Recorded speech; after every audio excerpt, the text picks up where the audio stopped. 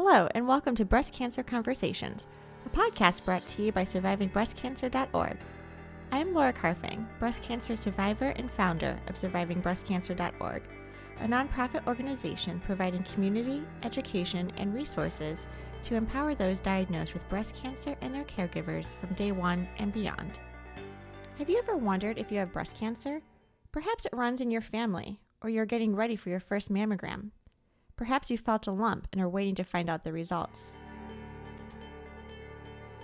I would have never expected this to happen to me, I mean, it was almost embarrassing, when it first was diagnosed, because how do I tell my clients, Here I am trying to do everything right, and then even I get breast cancer.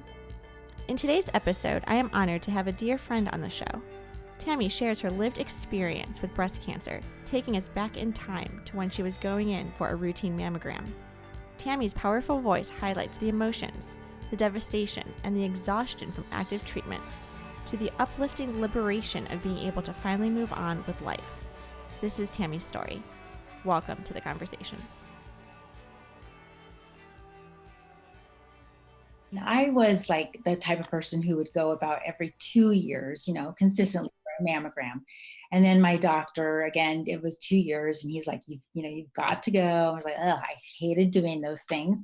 So it was in January of 2017, which I know seems like it was much longer ago, but it really wasn't. And it's just a routine mammogram. And I went in, and then they've done this before where they called me about, a week or two later and said, we need you to come back for additional images. Oh. And I had just very dense breasts. So I had told my family, don't worry about it. This has happened before. No big deal, And so I you weren't even thinking about it. Yeah, you were just like, this is just, okay, they're calling me back. And I had done that before. And the last time they had said, everything's fine, see you in a year, Yep. But I would probably wait 2 years usually. So then I did go back, and then let's see, I even have a little timeline because I kind of forgot sometimes. Okay, so I went back for my additional images, and then they called me back again, so that was a little different this time, and they wanted to do a biopsy. And I remember, I think you had mentioned too, it was very painful. I had no idea. And in my head the whole time, all I'm thinking of, this is such an inconvenience. And, am I going to not be able to work out after, or, how many days? That was my first question to my doctors too. It was when will I be able to lift my arms again? When can I do a push-up? Yeah. Can I lift weights? Yeah, exactly. So that was more my concern. But then I remember that appointment, at the end of that appointment, the doctor saying, we'll know the results in 2 or 3 days, and we'd like to have you come back. And I specifically said, oh, that's fine. Just call me on the phone. I don't need to come in for the results. So convinced in my head that it was going to be nothing. And then, 3 days later, she called me and she said, I hate to do this on the phone, but you do have breast cancer. So then I was I just couldn't believe it. And I think at that moment, couldn't believe it. I know. And I asked my girls how I told them, and I didn't remember. I guess I kind of told them separately. And then my husband, I called at work, and he said he just was devastated. And he just was silent, and there was a bunch of people around him, and he didn't tell anybody. And he just ended up I think packing things up, and he came home, because we didn't really know what it entailed. I just had no idea what was coming in my near future after that. How do you tell your family, and how do you explain, depending on the different ages of your children and even your spouse and your relationship status and your family and friends, when do you start sharing this information with them? So it sounds like you get this phone call, and do you tell your girls first, or do you call your husband first? I had asked them today, and one of them I think was home, so I kind of turned to her, and I was like, the doctor said it was breast cancer, but it's going to be fine. I think one was on her way to work, so I called her, and the other one wasn't home. And then my husband, I did call. But yeah, so it was all, and I do remember taking notes from the doctor, and it was she was speaking another language. And I'm writing these things down, in situ and different things, and I'm I don't know what she's talking about. But I tried to get down as much as I could. And I didn't even remember what stage I was, or how big it was, or I didn't know anything. So it really was kind of a waste. So that I did have to end up going back, I think the next day, or I think that was a Friday. So that Monday I went in to like actually get like, what is happening? Mm-hmm. Yes. Oh, well, and again, that's very similar in my situation too. So I got diagnosed when I was 34 years old. So I've never had a mammogram before. This was not something that was routine. And I went to my primary care doctor just for like a regular checkup. And she thought nothing of it. And similar to you, like, I had dense breast tissue. And so with that, you're like, oh, you're too young. You don't have a family history. There's no reason to be of concern. And I was like, okay, well, at least for my peace of mind, can I advocate to get a mammogram? And that way I can just sleep at night. If you say that there's no reason to be concerned, then I'm okay with that. There's nothing to lose. Let's just go forth with it. And I'll fight with the insurance companies later. Well, thank goodness I did, because that's when they found out that I had cancer. And similarly, I thought it was going to be this quick check-in at, like 8:30 in the morning. I was going to be a little bit late to my job.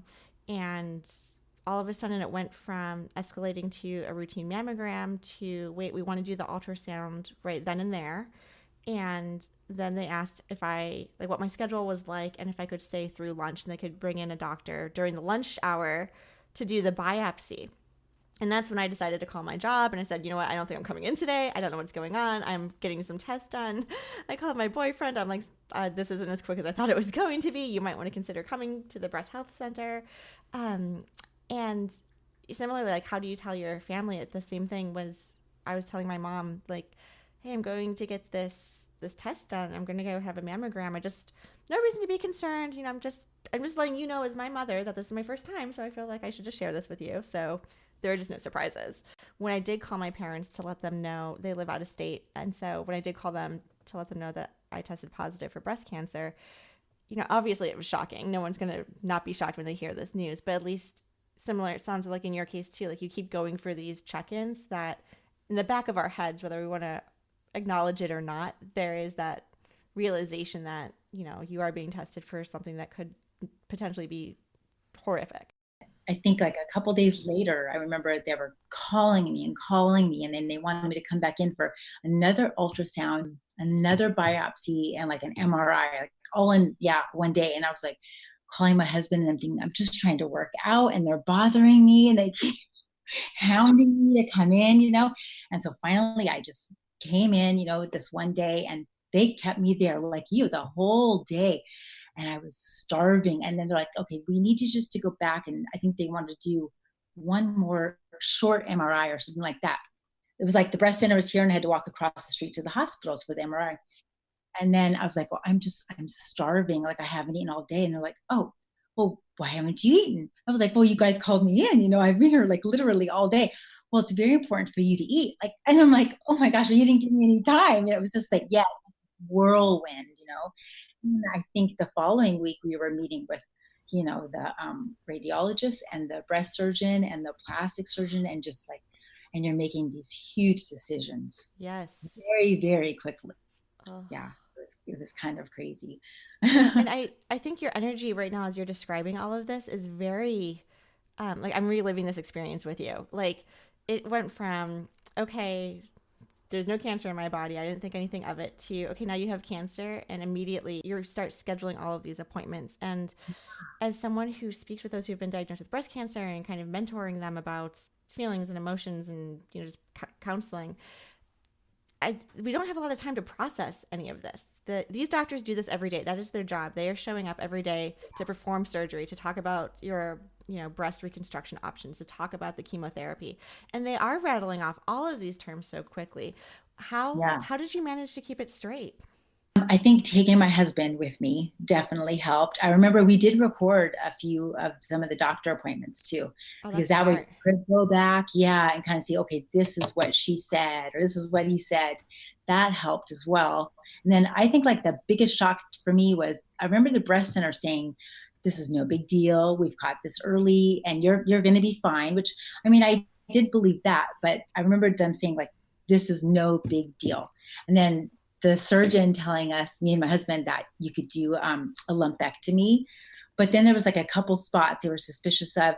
So it would have been, a pretty major thing. It would have looked a little deformed, on the one side. with radiation or the double mastectomy. And those are my choices, and then we were like, those are our choices. Like, Right. this is like the nothing, because that's pretty major to me. And I remember being like, we just didn't know what to do. I remember just going back and forth with the two options. Oh my gosh. And are Yeah. you like researching and Googling everything like crazy, or are you like That, just talking with people, yeah, like doctors maybe that I knew, or okay? just a few women I had known, like you, really. I knew a couple of people who had gone through it, but didn't really know many people. So I really didn't Right. have that kind of, resource, which this is great now that people could hopefully, have us as a resource as well to maybe kind of guide them. But it is so important that everyone's situation is so unique and different. Like, I would never want to tell anyone, like, this is what you need to do, because I did it for sure. Yeah, because I know that it's amazing how everybody's situation is just a little different, which Yeah. changes. And how you feel comfortable with those decisions. I was in the same boat too, where I had an opportunity to choose a lumpectomy and or do the mastectomy, but I had a choice. But I just remember sitting on the couch. It depended on what day you were talking to me. Some days I was like, "Oh, this is good. I'm so grateful that we can go with a lumpectomy option." And then other days I'm like, "Absolutely not. I'm feeling empowered and I'm going flat and, like just Right. don't even want Yeah. to deal with the reconstruction because the reconstruction for me too is a scary point of will I be able to do the pull-ups and the push-ups and someone living this active lifestyle? Right. Yeah. I was horrified. Yeah. I don't think, like, sometimes how you said the doctors don't realize because they do it every day, but how huge it is for us. I mean, Yeah. it's a major thing.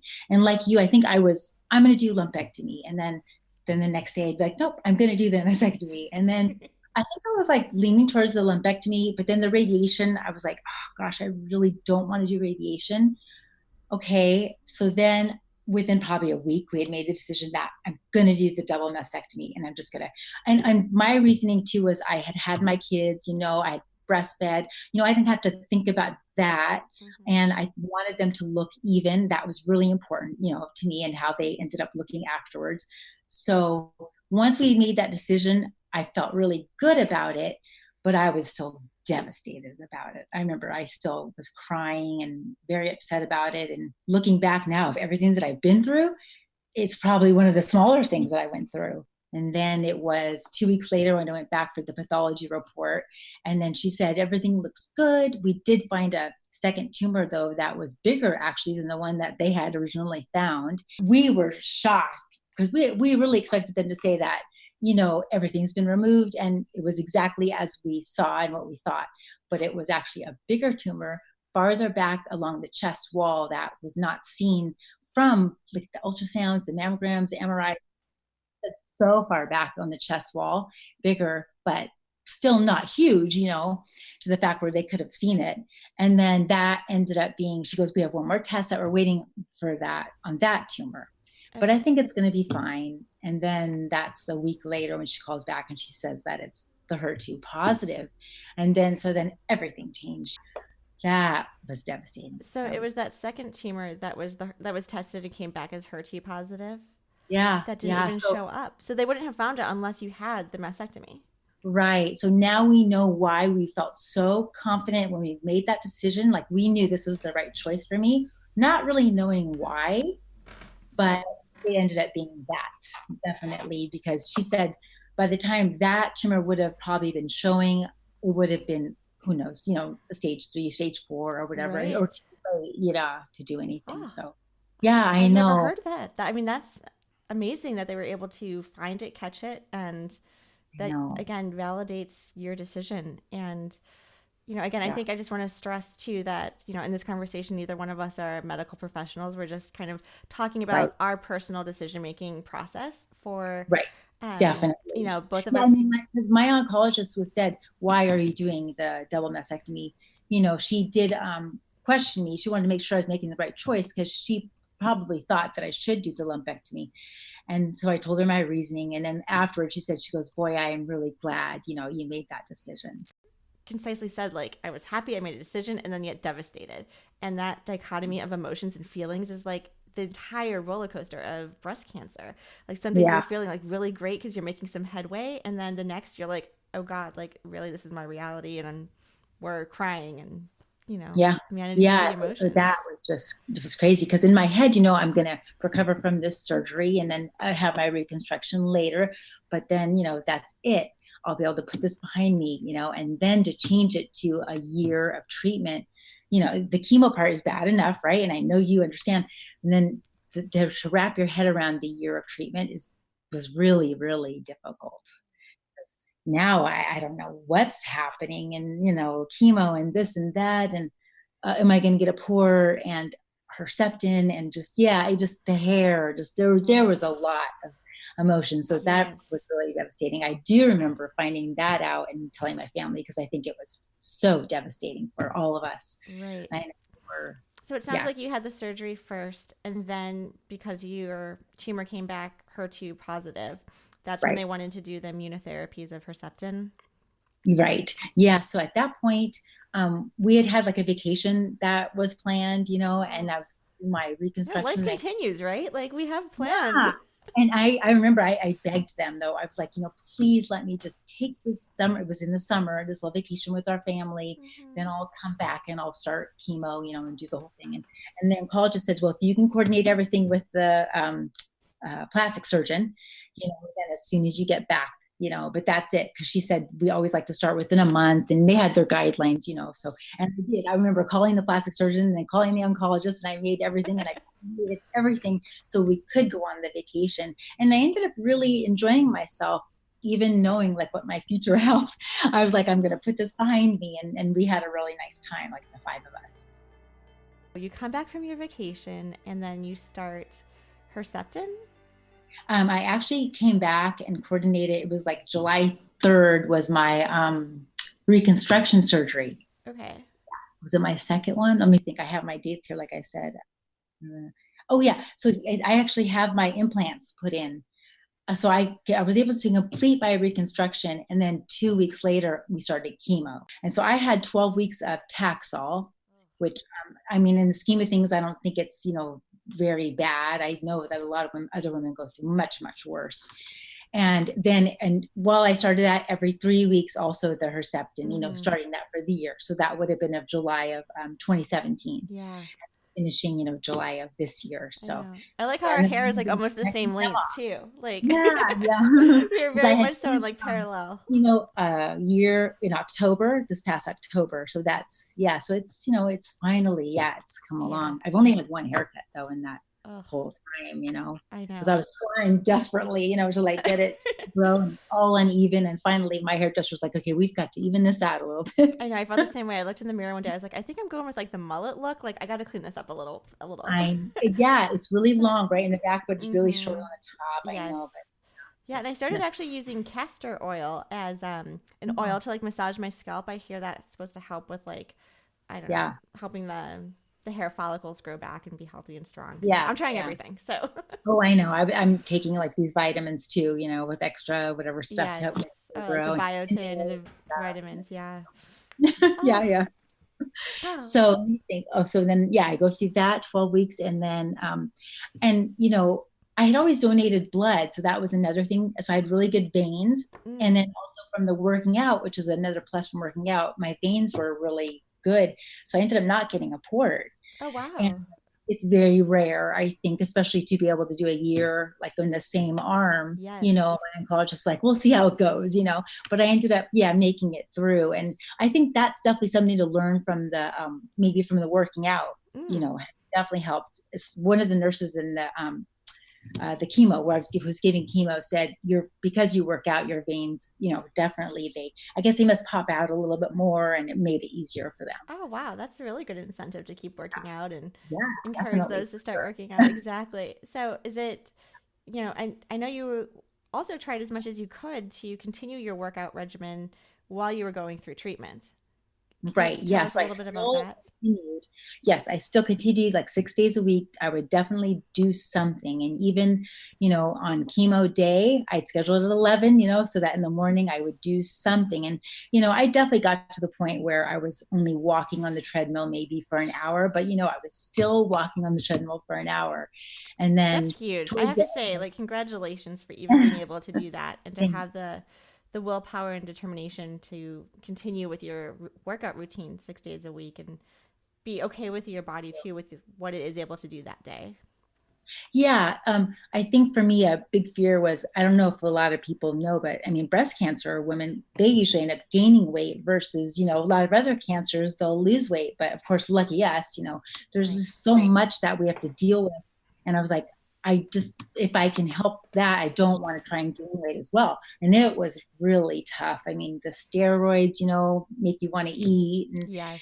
I was nauseous. It was just that, constant nauseous feeling where I don't know, you just want to kind of eat all day long, but nothing Yeah. really Like the helped. saltine crackers or like the toast and just something to like, yeah, because you feel like you have the flu. Yeah. So that was tough. And I don't know what it is, the medications or maybe, suppressing the hormones and everything too. I know Mm-hmm. that doesn't help. And so it's been a constant battle. So that motivated me as well to keep moving. Sure. And then on my days where I was extremely nauseous, that was the only thing I would get up. I would get up and walk on the treadmill for an hour. And then I just would sit on the couch the whole day after chemo. And that was so hard on me. And just, yeah, I think I watched the clock and I was so like uncomfortable that I couldn't read or I couldn't watch TV. Like I couldn't do anything. I just would sit there with my dog. So probably somewhere, but yeah, so that was hard, to see like everyone coming and going and just enjoying life, which I wanted them to do, but knowing that my life it just wasn't going on, and I didn't know if it ever really would.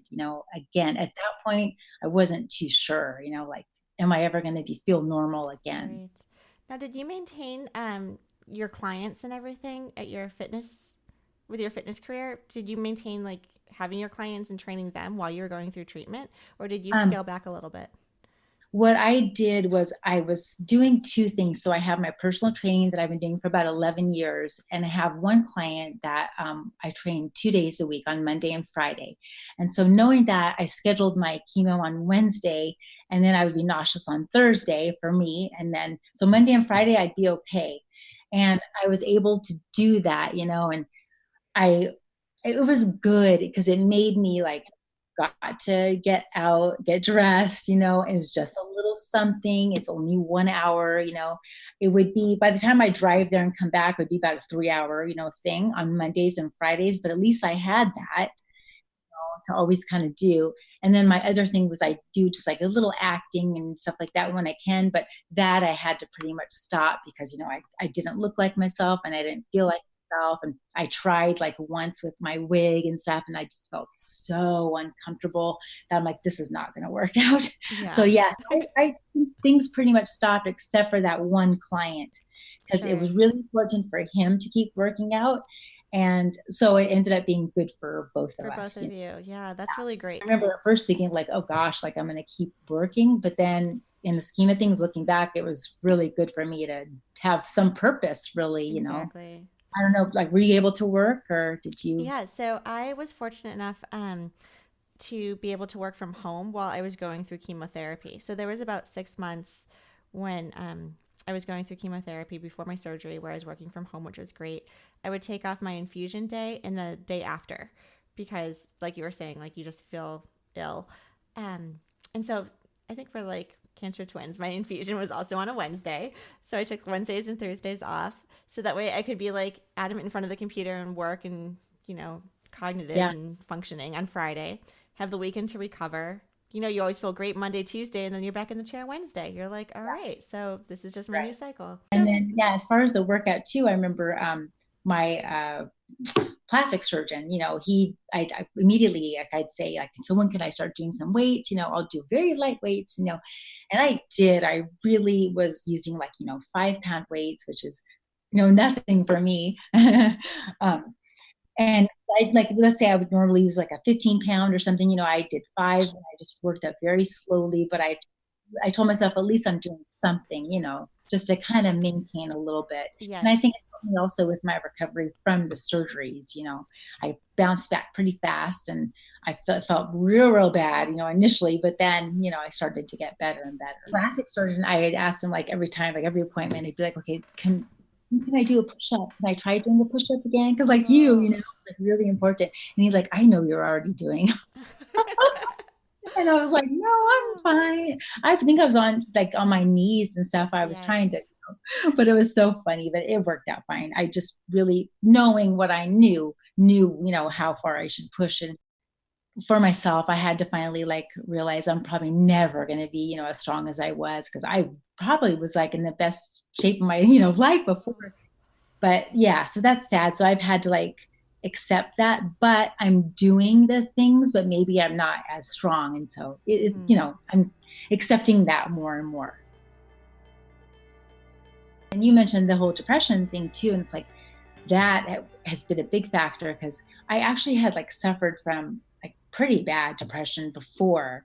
And then I was coming out of it, and it was getting better. And then I got diagnosed with breast cancer. So then I was like, oh my gosh, I can't believe it, and then I was still trying to, maintain, I was feeling okay. But then, there were just certain moments where it just became too much, and I felt pretty low, as low as, someone could feel. And I just felt who can really understand besides you, or, someone else going the exact same thing? Because really, you don't really get it unless you are, you've experienced it before. I was about a month, I think, away, or 2 months away from finishing Herceptin, when my oncologist brought up going on tamoxifen, for the 5 to 10 years. And then I said, I can't even talk about this right now. I was so upset. I left that appointment and she knew it too. And I was and I went back and I was just please, I had 12 weeks of chemo to check off. I had these, whatever, 18 weeks, I think it is, or whatever, appointments of Herceptin, in my head that I'm mentally checking off. Don't tell me this now. Let me finish. I needed that one thing at a time, So then I went back and forth. And she said, because my tumor was small and we caught it at stage 1, and this or that, she goes, you could really go either way with it. I'll let you make the decision. I kind of recommend that you do go on the tamoxifen. But me and my husband talked about it, and I didn't do it just because I needed to kind of go on with my life. And that's just a personal decision, of course, for me. I don't know, I've made the right one, and I won't know for years and years, unfortunately. But I needed to be I'm done and go back to my life, because I was too depressed and too sad, and too much had changed, Yeah. And so it is the right decision. I mean, it's the right decision for you and your life. I think that's really important to remember. And I talked to another woman also who has stopped taking. She tried taking hormonal therapies and had such terrible side effects that she pretty much told her oncologist it's about the quality of life, not the quantity. And, it's great that the team wants her to live until she's 80, 90, 100 years old. But if she's unable to get out of bed every morning because of the severe joint pain, then that's not the type of life she wants to live.